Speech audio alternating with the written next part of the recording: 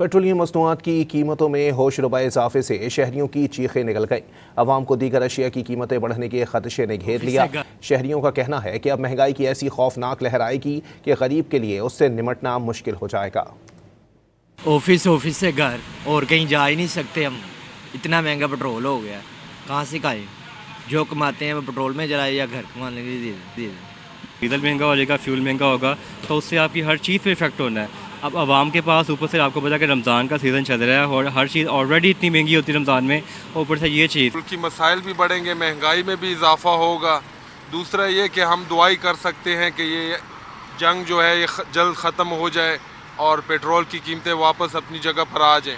हमारा 1000 रुपये दिहाड़ी है, हम घर नहीं चला सकते। 350 रुपये में पेट्रोल 1 लीटर डालते, तो वो 1 लीटर पेट्रोल अगर हम डालते उसमें ना हम घर पहुंच सकते हैं ना वापस ही कर सकते। ये सिर्फ एक अफवाह होती है, अफवाह की जंग हो गई। वो सब जितने पेट्रोल का ज़ख़ीरा क्यों हुआ है उन्होंने छुपा के रखा हुआ है। गरीब बंदे के लिए काफ़ी मुश्किलात हो गई है। ठीक है, हुकूमत को चाहिए थोड़ा एहसास करे।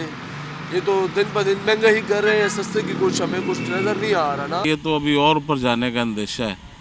इसमें क्या किया जा सकता है? हुकूमत का तो कोई फॉल्ट नहीं है इसमें, पीछे इसकी सप्लाईज और वो बिल्कुल शॉर्ट हैं।